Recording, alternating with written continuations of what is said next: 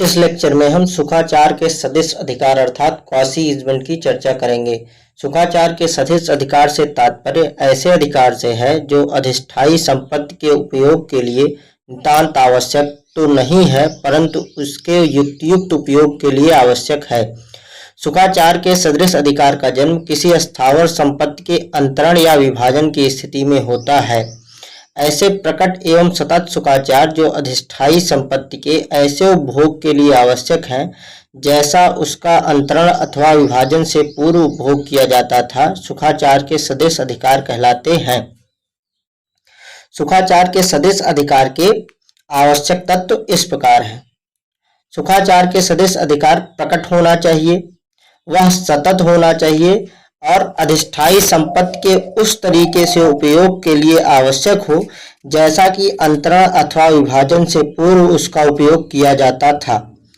भारतीय सुखाचार अधिनियम की धारा 13 की उपधारा खा, घा एवं चा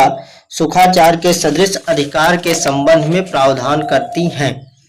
धारा 13 खा के अनुसार जहां एक व्यक्ति दूसरे को स्थावर संपत्ति का अंतरण या वसीयत करता है, वहां यदि ऐसा सुखाचार प्रकट और सतत है और उक्त विषय वस्तु का ऐसा उपभोग करने के लिए आवश्यक है जैसा उसका तब किया जाता था जब अंतरण या वसीयत प्रभावी हुई थी, तो अंतरिती या वसीयतदार जब तक कि भिन्न आशय अभिव्यक्त या आवश्यकता विवक्षित न हो ऐसे सुखाचार का हकदार होगा।